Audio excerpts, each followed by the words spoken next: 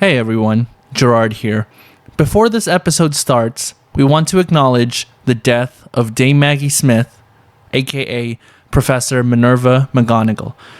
As this episode was filmed ahead of time, we wouldn't be mentioning her death, but we wanted to acknowledge and honor the legacy of Dame Maggie Smith. Thank you.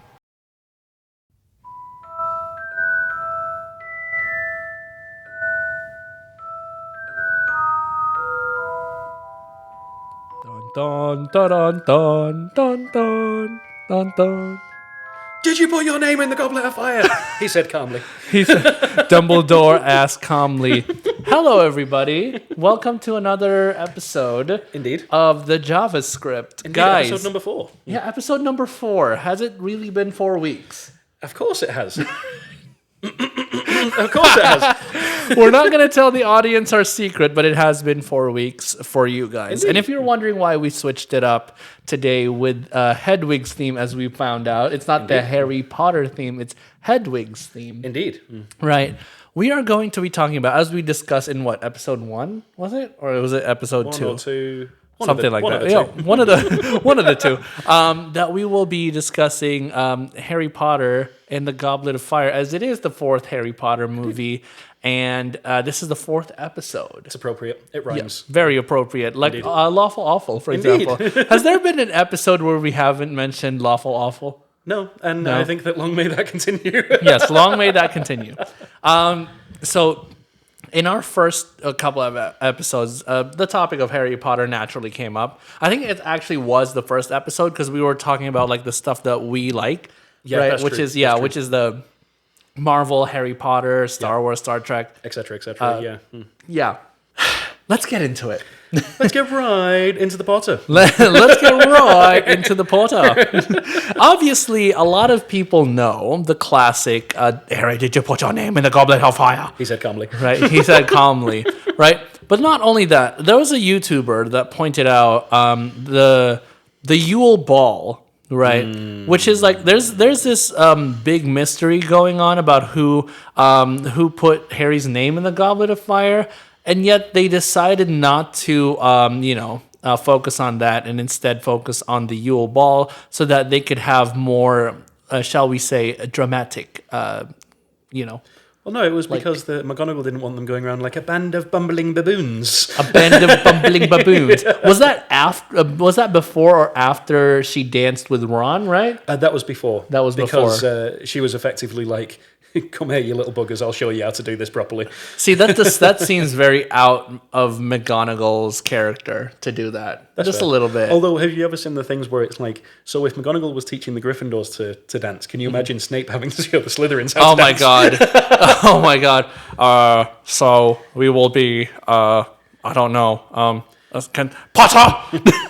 Can you show these? This is where you do part 394. Part 394. I don't know, can you do a good Snape impression? I mean, it's really just a monotone English accent for me, so it doesn't really come out as an Alan Rickman. An Alan Rickman? I don't know. Alan Rickman's just such a... Rest in peace. Rest in peace, the legend, yes. The legend. For, the Sheriff of Nottingham, Hans Gruber, and for Snape. Because you've seen Die Hard, right? Yes. Okay, thank God for that. Best Christmas movie ever. Hell yeah, absolutely. We should have saved that for a Christmas episode. That's true. true. Is it a Christmas movie or not? One of these days, because Christmas is Spoilers. Spoilers. Spoiler alert. One of our future episodes is going to involve Die Hard. Oh, we should rank Christmas movies. We should. Die Hard comes first, obviously. Always. Yes. We should. Anyway. But yeah. I think... and then you've got to think... what's her name? The herbology teacher, Sprout. Yes. With the Hufflepuff students. Oh my god. Is it Flitwick that's Ravenclaw? I think so. Yeah. Yeah. And he's only little, bless him. So that would be kind of awkward. Yeah. Yeah. That's a really interesting headcanon right there. Yeah. Well, it's not even a headcanon because it had to have happened because McGonagall was teaching the Gryffindors. So it had to have happened. Duh. So, yeah. Anyway. But, the whole film is just like... Because it's one of those things where if I'd never read the book, it'd be a good film. Okay. But after reading the book, there's so many things that they just missing. didn't... Yeah. Because it's like the first 3 films, we didn't have Peeves, which was a big missing part. Yes.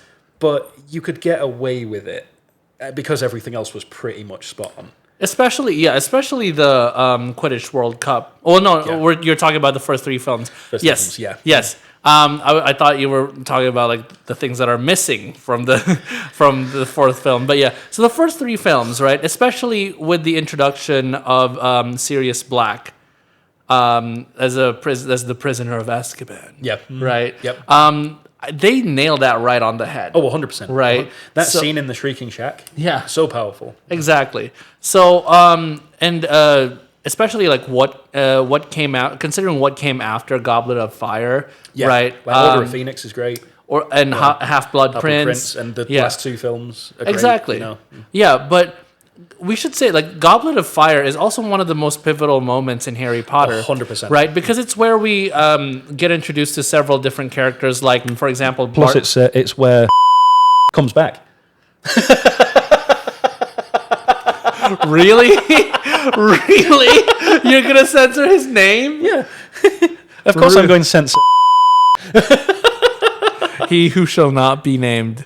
AKA Even Tom Riddle you're going to censor? No, Tom Riddle's fine. Oh my god. Because he wasn't yet.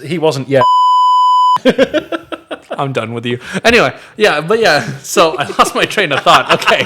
So we were talking about, so we got introduced to Barty Crouch Jr. And his crimes, right? And he was masquerading as Mad-Eye Moody. But then, like we mentioned off mic, I was going to say off camera, but off mic. Off mic. So we get introduced to him at the end of the film. Yeah. And it's like, you get introduced to him, at least the idea of him, at the beginning of the book. Yeah. And that has this mystery of like what happened to Barty Crouch Jr. And then what happened to Mrs. Crouch.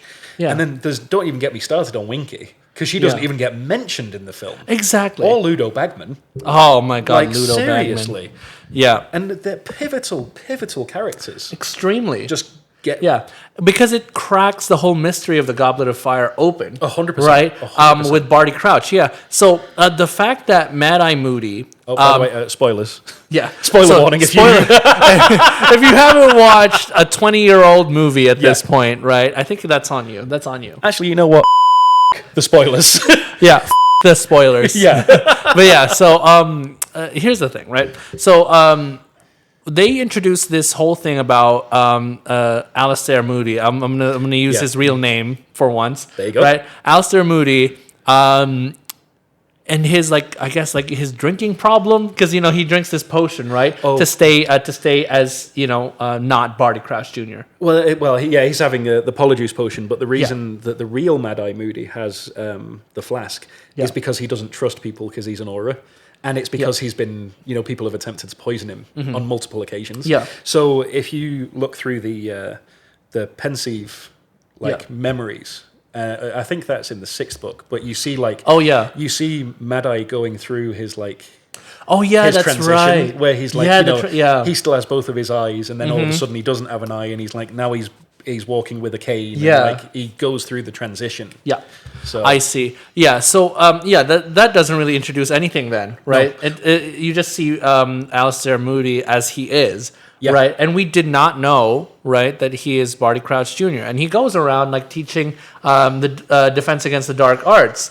And then, he goes a little bit too far and teaches the unforgivable curses. Yeah. But the thing is, that whole scene was weird, wasn't it? Well, the thing with Mad-Eye Moody is it makes sense, even without being introduced to Barty Crouch, because he just seems like a paranoid old... It's like if you meet a grizzled detective. That's true. He's cynical with the world. He's he doesn't trust anyone. Mm-hmm. But the thing that doesn't make any sense is if you've never read the books... And you just get revealed that he's Barty Crouch Jr. It's kind of like, well, who gives a fuck? Yeah, who is Barty Crouch Jr.? Yeah, I don't care. I am not emotionally attached to this character. And by the way, I just remembered the pensieve isn't from the 6th book. It is from the 4th book. Oh, I don't know why I said it's in the 6th book. Because it wouldn't make any sense for it to be in this, because they were piecing together what happened. Well, here's the thing. We're going into this episode without refreshing our minds with Harry Potter. And this is a movie that I haven't seen in a year or 2 years. Right, so the details might be, I'm so sorry. Oh, I forgot to remind everybody that the JavaScript is filmed in front of a live studio audience. Yeah. Thank you, live studio audience. Thank you very much. Thank you. Thank you. Oh, that's much Absolutely. appreciated. Oh my God. The audience are just They're just loving us going today. wild. Oh my God! Thank you, one guy that yelled, "Oh my God." Okay. The audience is shocked. Okay. Stop reacting now, audience. Okay. We should add a laugh track to this. We really should. 100%. Yes. But anyway, there's no laugh track right now. No. But yeah. So let's see. Okay. So considering the fact that Barty Crouch was such a pivotal character in this one, I think the fact that they just kind of tossed him in right at the end, and then there was that council scene. What was it like? He was being judged by the the Wizard Gamut, is that what they called the Wizard court? Council or the Wizard Court or whatever it's called. Well, and there were so many scenes that set it up because it's like obviously they couldn't have showed this because he wasn't in the film, but you get to understand that Ludo Bagman's a flawed character. Yes. You get to understand what happened with Igor Karkaroff. Yes. And the other conspirators that were in that in that trial. Of course. You get to see what happened to Barty Crouch Jr. and all of his conspirators. Yeah. And you get to see the progression. And then at the end of the book, it's like, oh my God, he's been right under our noses the entire time. And so that's where the reveal comes from. Whereas in the film, it's sort of like, oh, this is Polyjuice Potion. And then, you realize that it's not the real Mad-Eye Moody. Exactly. And then he turns into Doctor Who. Yeah. What's even the point of that? Wait, who was playing Barty Crouch? Was it David Tennant? It was David Tennant, It was David Tennant. Oh my God. Yeah. I think we mentioned that. I forgot Cedric Diggory was played by Robert Pattinson. Yeah. So the fact that David Tennant plays Barty Crouch, it just shows how long ago I've seen these films. Well, that was another thing going to Robert Pattinson. You just made me think of it. Cedric in the books is a dynamic character. He is. And like we said with Ludo Bagman, he's flawed, but he's still like the golden child. Of course. In the films, it's almost like a precursor to him being the sparkly vampire. Because it's like every time he turns around, it's like, like, That's true. the angels are shining upon him, but there's no reason, he's just there. Well, he's a Hufflepuff, that's why. Yeah, exactly. Of course. But and we also went into a little bit into the disappointing maze that they had with the Tri-Wizard tournament, right? So close to being amazing. Yeah, amazing. But yeah, I mean, where was the... have we figured... the Sphinx. Have we figured out what those flying things are called? Now, as I mentioned in episode 1, they were being killed by essentially the wind, the force. Yeah. Right? Yeah, and then Harry Acchio's... the cup, right? The and then portkey. the port key, and then they get transported to where is. Yep.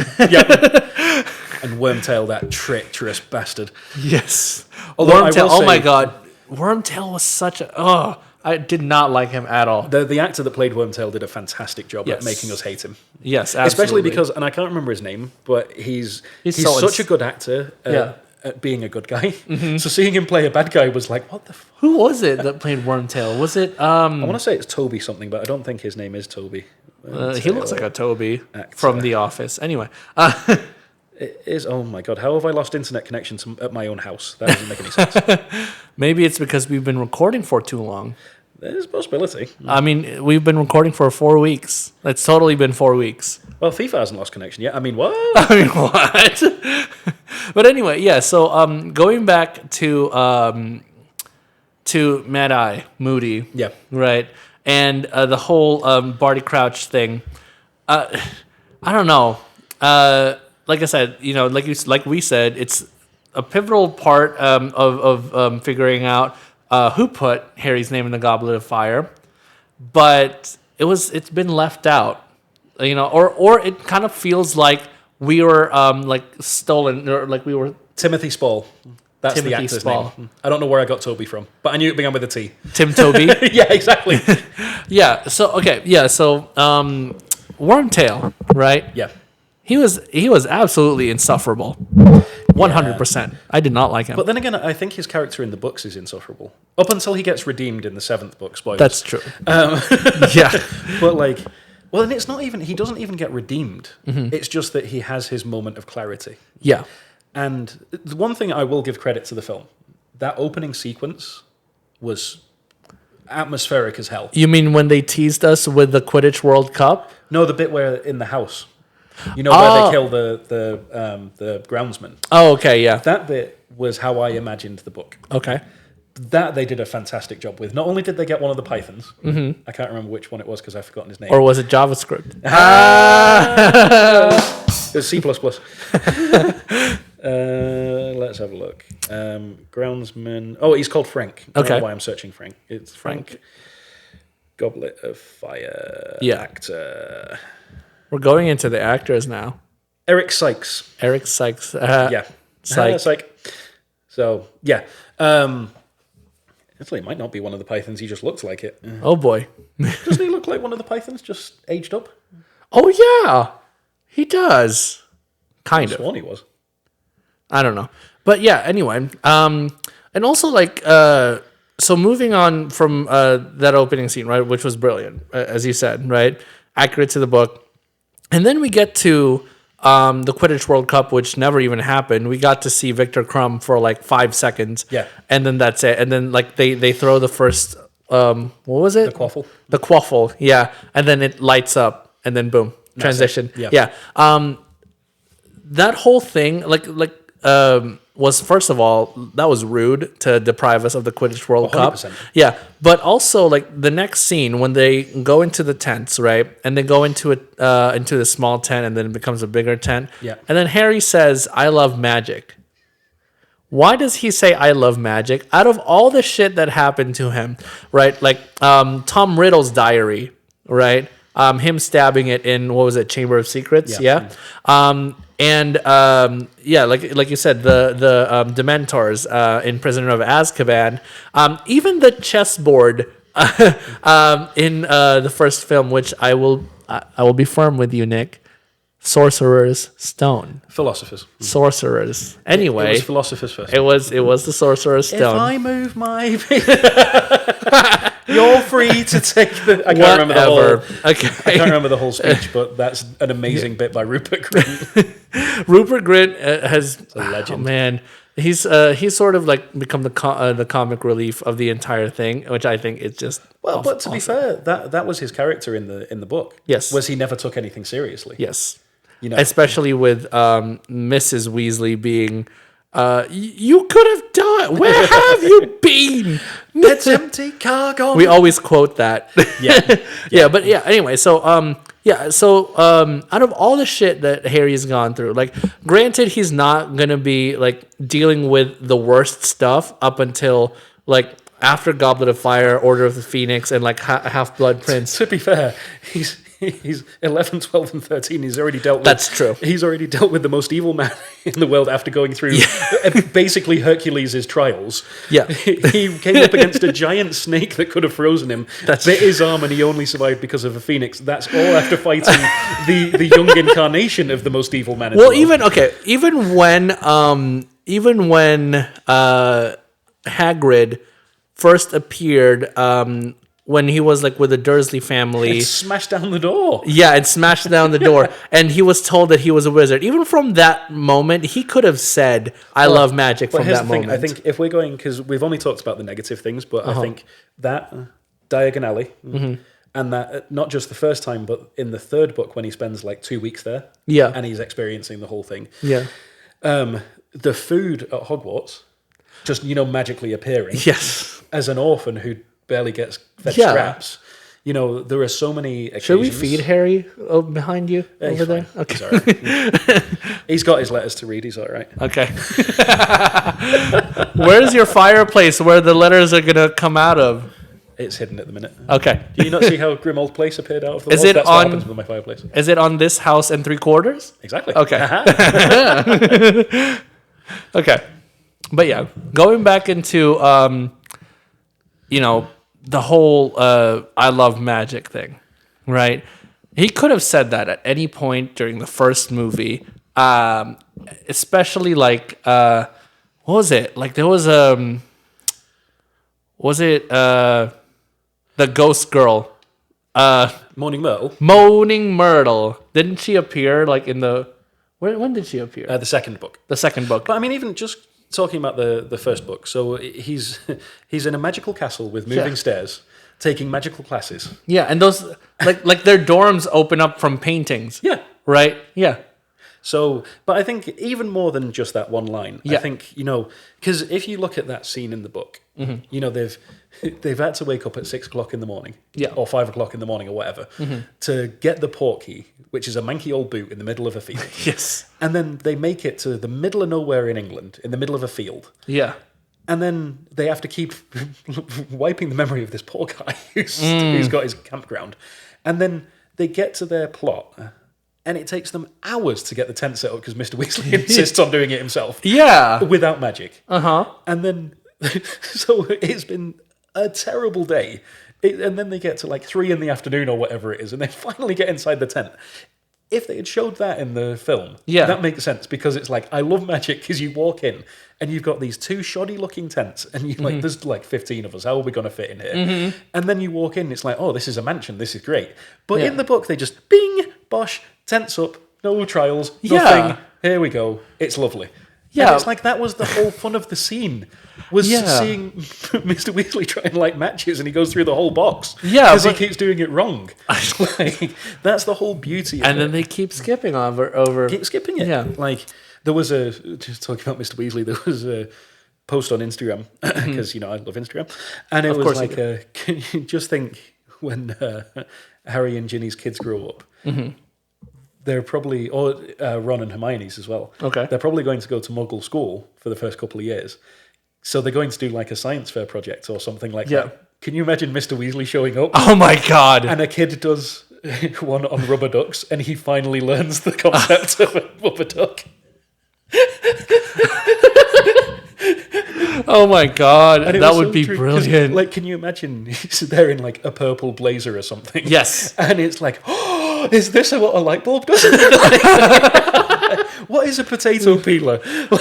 Usually I just, like going back to the light bulb, usually I just do Lumos. Yeah. Right? Exactly. Boom. But yeah. Or like the scene, I can't remember which book it is. We got to get back on track, man. But when they do the Flu Network and appear behind the fireplace. Oh my God, no. And it's been boarded up. No. Anyway. But that's the point is, and obviously a film can't show everything that a book can. Yes. But it missed so much context and so much, like the bit where they do the dark mark. It's completely, not only is it during the day instead of at night. It should have been at night. The whole point of it was you didn't see where it came from. Yeah. Instead of seeing David Tennant in the background doing the dark mark. Like, it just suddenly appears as a skull. Yeah, exactly. I mean, it looked cool, but it was the whole premise of that bit. Yeah. Was it was in the woods, and he stole the wand from Harry, I think it was, or Ron. It was one of the two. As we said, we're not prepared. Yeah. He stole someone's wand, and he used it to cast it. Yeah. It was Harry, because when the auras came up, they were like, "Why the fuck did you cast the dark mark?" Okay. Of all people, why were you casting the dark mark? I mean, that would be very, very out of character for Harry. But honestly, with all the out of character things that he did in this movie, it wouldn't surprise me. Yeah, but it's not just him; it's all of them. Like, they're just so. I think the only person who stayed in character was Snape. Yeah, pretty much. He was the only one, even in that scene where they introduced all the other schools. Yeah. Right. Snape pretty much like kept his composure. Everyone else was like a clown. Yeah. Right. And not to mention the fact that they were what was that girls' school? Girls only school? Yeah. Wasn't that why was that portrayed as a girls' school? Well, I think it is in the book. No, it isn't. No, it is. It's not. Yeah. But I think it was because in the books there's boys and girls. Yeah. But the main focus is on Fleur because she's part Vila, which we didn't get to see the Vila in the World Cup. Yeah. Is that why they portrayed it as just an all-girls school? I think so. Yeah. Not only just adding to that is it's kind of uncomfortable how much they would do close-ups on them. I don't even want to it's so uncomfortable to even talk about. Anyway. Yeah, no, right. And then here comes Victor Crumb's school. Yeah. And then they do their fucking avatar routine. Yeah. Like the boom boom boom boom. Yeah. And then there was supposedly a deleted scene in in the movie where Hogwarts was supposed to sing their anthem. Yeah, because that's what they do in the book. Yeah. That was so cringe and it was so embarrassing. When Hogwarts is like one of the most respected schools, and then the director wanted to show like it as a ha moment, but then that would like knock down Hogwarts' reputation. But like I said, it is in the book. And it is. And it's so quintessentially British because it's like during the 2012 Olympics, Boris Johnson got stuck on a zip line holding 2 Union Jacks trying to promote the London Olympics. That would never happen in America. How do you stay British, Nick? It's because I have no room for. I can't even think of what I was going to say. Yeah, exactly. No room for judgment because I do things like that on a daily basis. So Okay. Like I said, it might have been in part 3. I went and went shopping and came back with none of the 3 things I needed. Oh yeah, it wasn't part 3. It was episode That's the one. 3. Yeah. So yeah, yeah. But it's one of those things where it's like Hogwarts, safest place to be in the world. Blah blah blah blah. Hoggy Warty, Hogwarts, whatever it is. Was it Hoggy Warty? Oh, I think I got that Oh right. my god. But it's like Warty, Hoggy, whatever it is. Yeah. It was the school song, which is ridiculous anyway. But that would be something that would happen in England. I've just got to say it. Well, okay. I mean, it might be something that would happen in England, right? But like, I don't know. I feel like it would be cringe watching it 100%. on screen. It would just be 100%. like, ugh. But that's the point. It was meant to be cringe because you've got these 2 schools that showed up, and like one of them has got the most world-renowned seeker in the world. The other one shows up, and the main character energy is coming from this girl who's part Vela, so everyone keeps fawning over her immediately. And then you've got, pretty much. You've got Harry who is wearing clothes that don't fit him, and his glasses keep falling off, and like It does, doesn't it? Yeah. Oh my god. And like he's meant to be the chosen one, and then you've got Cedric Diggory who doesn't have a hair out of place and starts shining because he's about to be a vampire. I think So I think that was the whole point where like you've got these 2 schools where everything is perfect. I mean, even in the book, Victor Crumb isn't even part of the opening thing because he's sick. He got that's right. He got a chill on the ride over. Yeah. So you've got this guy who's meant to be Mr. Big Strong Seeker. Like, I've got a bit of a headache. And it's like, what the hell? Yeah, is but going on here? they got to do their whole like bow staff routine, right? With Victor Crumb right at the center. Everything was fine until the Durmstrang school attacked. I keep forgetting that it's called the Durmstrang school. Yep. I don't know. I don't remember. Like, Well, do you remember what the one in America is called? was it? No, I forgot. Ilvermorny? Yeah, here's the thing. Something like that. Here's the thing, right? I will, throughout this entire podcast, you may notice that I will refer to, like when I referred to Moaning Myrtle as that ghost girl, right? It's I forget the names of these people, and it's for a good reason. Okay? Harry, Hermione, Harry Potter. But yeah, no. So, and then they had like, I think my biggest pet peeve on Goblet of Fire is, as I mentioned earlier, is the Yule Ball, where they focus so much on like the teenage drama. Where like, you could have asked me if you wanted to, Ron. Well, I think again, like in the book, it is a big part of it. But like the whole point of it is, it's the strain it puts on their friendship. Yeah, Not the strain that it puts on the dance, because it makes the dance really awkward, and it's like no one cares about the dance. but they made that the biggest deal. They could have Yeah. used the run time that they had at the dance for the Quidditch World Cup, 100%. right? Even if it's on a time crunch, they could have made cuts that would have made 100%. the Quidditch World Cup the center of it. Although they did, have you ever seen the deleted scene where Snape finds the 2 students that are like making out in one of the carriages? No, So What? He's outside the school and he like bangs open the door of this carriage and Pruitt, Abbott, 5 points from Gryffindor, 5 points from Slytherin. God, get back in the castle. Something like that. I can't remember how it goes. I'll have to pull it up later. Oh my God. But it's hilarious because it's not shown in a cringy way because they're teenagers. They've Of course. gone off, making out with whoever. But it's because they're 14 at this point, 14, 15. Yeah. So like it's done in a funny way because it's Snape that finds them. Like if it was any other teacher, they'd probably be like, make sure you use protection or something. But because it's Snape, right? 5 points from your house, 5 points from your house, get back in there. He is very Slytherin coded like that. Oh, 100%. Yeah, 100%. 100%. Yep. So, but yeah, and that would have made it funnier because that scene was so serious. Yeah. And that would have just added that bit of relief that we needed. As if Ron is not already enough comic relief.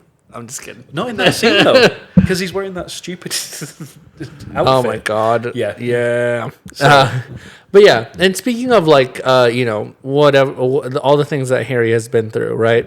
That scene after he wins the Quidditch tournament, where he got like celebrated in the Gryffindor Commons.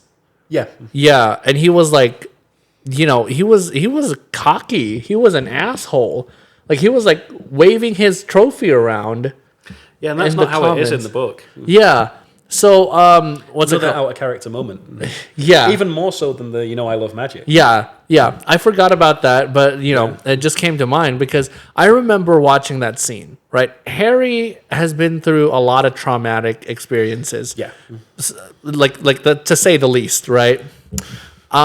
And the fact that, this little accomplishment makes him go cuckoo bananas, for a lack of a better word, and like waving his trophy around. They don't have the Quidditch thing because the Quidditch season gets cancelled. Well, what? So it's after the trial.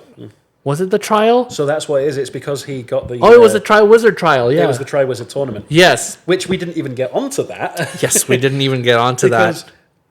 So... The first trial is fine. Yeah. The first trial is fine. They did a good job with the dragons, even though they didn't really show him doing what he did. Yeah. But they did a good job with the CGI. Mm-hmm. It was a little bit over the top going around the castle, because that never happened. Just a little bit. But it's the film. You understand. You embellish it a little bit. The visuals need to be cool. Nice. Yeah. Would have been nice to see the other contestants, but I get it. Main character energy is I get it. But then the second trial... Mm-hmm. It wasn't Neville that gave him the gillyweed. Yeah. It was. I'm pretty sure it was Dobby in the books. Was it? Yeah, it was Dobby, wasn't it? From Moody, quote unquote. Because he had that fake conversation with another professor. Yep. So Dobby went and stole it from Snape.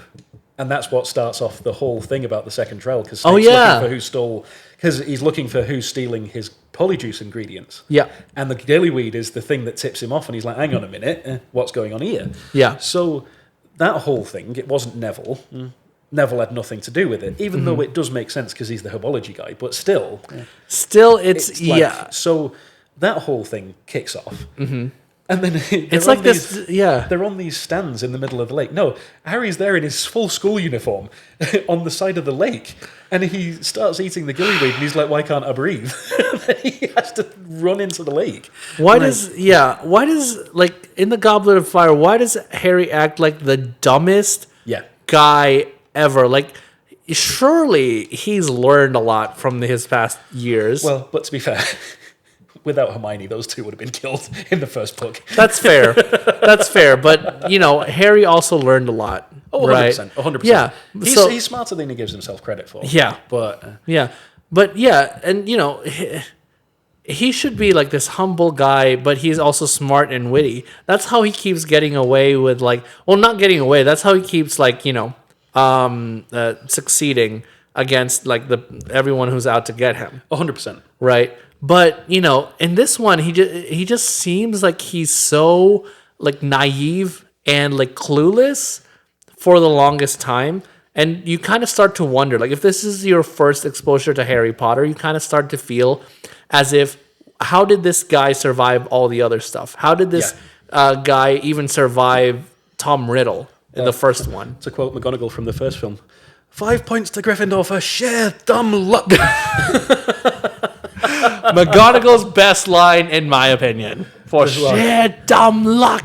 Anyway. Well, no, the best one is, why is it that when something happens at this school, it's always you three? It's always you three. No, that line's classic, but the best one. Yeah. Best of the best. Oh, God, you have another one, do you? Biscuit Potter? Because she's just gone on this long tirade, and Harry, in his inner monologue, is like, "Oh my God, I'm going to get expelled," and then she's just like, "Biscuit Potter." That's number one. That and the scene in the eighth film. Iconic. Pia totem locomotor. I've always wanted to use that spell. I think more or less also McGonagall has stayed pretty consistent. Oh, 100%. With Maggie Smith. With Goblet of Fire. Her and Alan Rickman killed it. And I think Michael Gambon gets a hard stick for Dumbledore. But I think it's one of those things where it's like... It's not his choice. It was the director's choice. It also, he had to follow up Richard Harris, which Richard Harris did a great job. And it was like you said, it was the directors, it was the script. He played the character that he was given. Whereas it looked to me like Alan Rickman was almost given free rein to personify Snape however he wanted. Yeah. He was just playing Alan Rickman.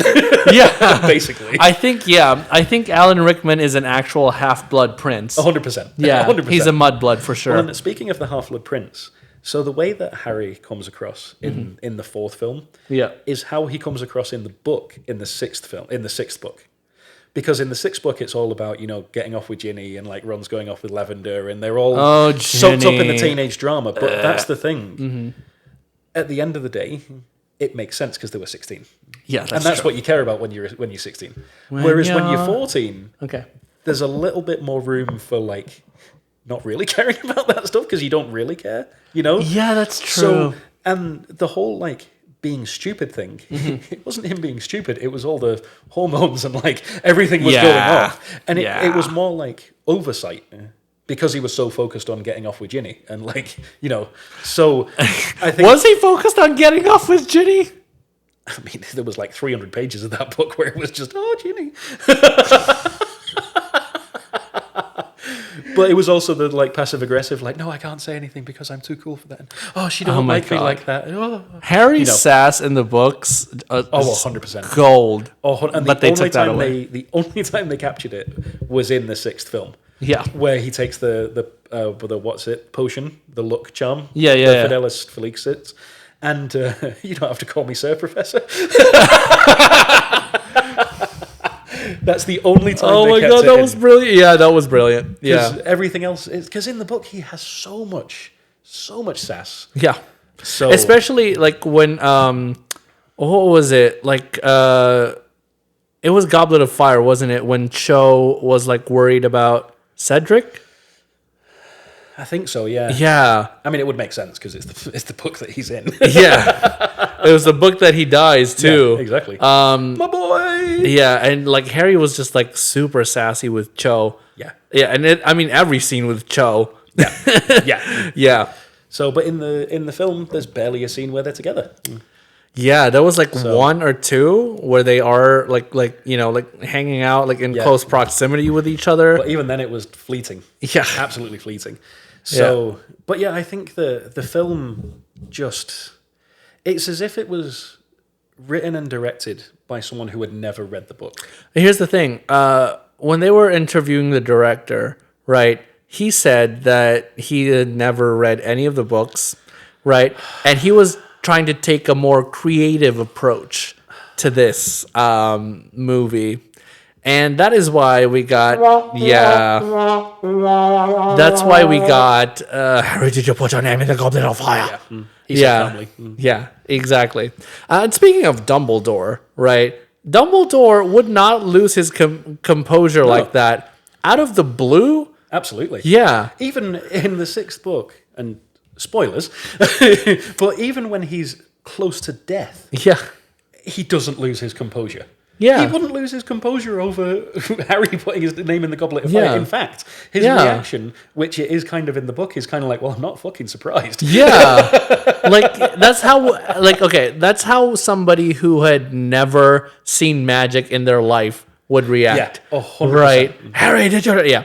So, but like, being Dumbledore, and he's like, how old is he? He's like 150, like something right? like that, yeah. Yeah. So being as old as he is, and having that much, like, seeing that much at Hogwarts, I would not be surprised. I mean, just look at, he was Jude Law in the 30s, and all the things that he saw. Yeah. So. Yeah. The Secrets of Dumbledore. Oh my God. That was Well, that was a fair movie. Don't spoil it. I still haven't seen that one yet. Okay, I've you only need to seen the watch first it. two We need to Fantastic do a Beasts. watch party of that. I heard. Were you the one that was telling me that Mads Mikkelsen was like properly evil as Grindelwald? Yes. Okay. I need to watch that. Yeah, so Johnny Depp played a fair Grindelwald, Yeah. right? And everybody was upset when Mads Mikkelsen replaced him, but like Mads Mikkelsen was actually like really terrifying. Yeah. Yeah. He Well, was it's even- awful. I don't know if I don't know if you've ever seen Casino Royale, James Bond film.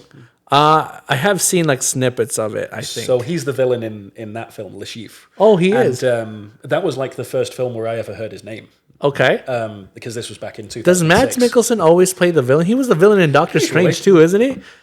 Spoilers. Yeah. He doesn't always. He's a good guy in Rogue One.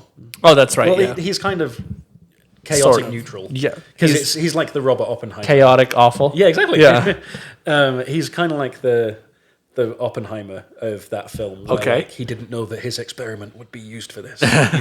Yeah. So, but normally he plays the bad guy. Yeah, he's got to be said. He normally plays the bad guy. He looks like a bad guy. No offense to Mads Mikkelsen. No, he does. He does, Yeah. bless him. But he's a great actor. Like Alan Rickman. Alan Rickman was always the villain. Yeah. But his Sheriff of Nottingham. Yeah. Without the Sheriff of Nottingham, that film is objectively terrible. That's true. But with the Sheriff of Nottingham being, because it's like you took a character from a horror movie and put him in a comedy. That's Because right. everyone else is just taking the piss. And then Alan Rickman's there, like, executing people. And it's like, what the hell is going on over there? Like, Sounds very Alan Rickman, if you ask Absolutely. me. So- He's just using Sectum Sempra on everybody. Exactly. Sectum Sempra. You dare use my own spell against me, Potter? I was just trying to think about the line from The Lion, the Witch, and the Wardrobe, where it's like, you dare use the old magic against me. I was there when it was written. Oh, yeah, that's right. Oh, my God. I was there when it... Yeah. Oh, Aslan. But yeah, I think that's the trouble with the fourth film. Like you said, how he'd never read the books. Yeah. And it's like, there are some good parts in that film. There really are. There are some parts that they nailed. But overall, That bit where... I'm just going to bring this up because it was so dumb. That bit where they were in the lake and then Hermione was like, Ron told me to tell you to you know... yeah. Yeah, that was painful to watch. Yeah. Yeah. 100%. Uh-huh. Yeah. And they wrecked the Merpeople. Yeah, they did. Because they made them monsters instead of being like they were along for the ride. Yeah, they're adventurous people. They're not Yeah. I think the director just saw oh, Merpeople. Those are like sirens, right? Monsters. Yeah, those are like monsters, right? They So- rip people's skin apart. Okay, sure. Yeah. Yeah. So I just don't. Yeah. In conclusion, Harry Potter and the Goblet of Fire, the movie, was an awful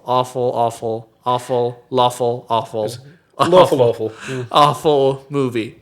It's lawful in the fact that like it sort of semi follows the plot of the book, and it's awful in that it really doesn't. Yeah. It follows the plot of the book. There's a groundsman that's killed at the end, and Voldemort returns. Returns at the end. Yes. That's about it. That's it. That's So- it. Well, what is your question of this week, Nick, that's related to Harry Potter? I have a perfect question for this week. Ooh. Who is the true villain of the series? Is it Dolores Umbridge or is it Mike Newell? It's Dolores Umbridge. Well, Mike Newell's the director of Goblet of Fire, so does that change your opinion? Dolores Umbridge. Dolores Umbridge. I saw it put perfectly. Voldemort is the kind of villain that would never happen. Dolores Umbridge is the villain that we've all experienced in our life. Whether it be a teacher, a manager, whoever it be. Oh, I can think of a manager that's comparable to Dolores Umbridge. Yes, that is them. I won't say a gender. So, I think that's the perfect reason why she's so evil. Like, why she's so relatable. Because Voldemort is something that we can't even fathom. Yeah, I Right. mean, somebody who can kill you, with a wand and has his spirit in Horcruxes. Yeah. Right. We don't know. Unfathomable. Yeah, like we can't imagine splitting our soul into different objects, exactly. right? And we can't imagine magic in general, right? But with Dolores, oh my God, their fucking pink cardigan. The first time I heard her voice, I'm immediately like the hairs in the back of my head stood up, and I'm like, no, Although you stupid mother.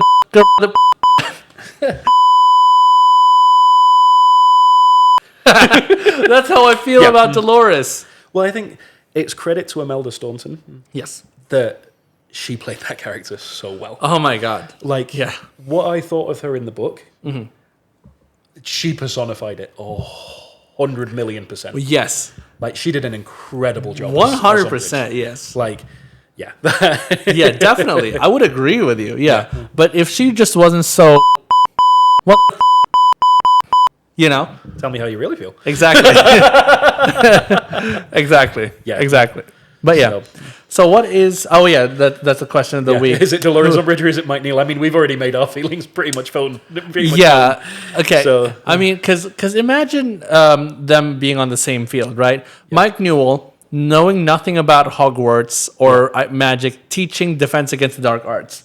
Or Dolores Umbridge being a hater of Harry Potter and the trio, directing a film about their lives. Oh. Right? Oh. Right? Fair. Exactly. So she's evil in every multiverse. She is. She would be. But yeah, so imagine Hogwarts putting on a production of Harry's life, directed by Dolores. Right? There would be nobody who's more unfit to direct that than her. But there would also be nobody more unfit to teach Defense Against the Dark Arts than Mike Newell. True. Right? I mean, he wouldn't even be able to find the classroom. Yeah, exactly. He probably wouldn't even be able to go to platform 9 3/4. Yes. Yeah. Mr. Dumbledore, I don't know why I'm calling you on my cell phone. Yeah. But I don't know how I could call you on my cell phone. Great minds think alike. Yes, exactly. Doing the hotline blink. Yeah, but yeah. So tell us your opinions about that. We didn't really answer that question, did we? We just who won? Dolores Umbridge won by a that's true. mile. Well, yeah, but we want to leave it as who won? Yeah. Who's next? You decide. You decide because it's not clear. Do we want to do the It's Raining Tacos outro of this one? I think it's only appropriate if we do the Hedwig's theme. Yeah. Yes. It has to be done. All right. It has to be done. Well, everybody, thank you for listening to this episode of the JavaScript. Indeed. We will be back next week. And don't forget, whenever we post them, we're going to be posting some shorts as well, so keep an eye out for those. Yes, keep an eye for those. Because we didn't mention those the last 3 weeks. Comment, subscribe, follow. Hit the notification bell. Hit the notification bell. Choose Manscaped. Yeah, check out Keeps. We're also endorsing... I forgot. HelloFresh. HelloFresh. Blue Apron. Raid Shadow Legends. Well, all right. Nicholas, play us out.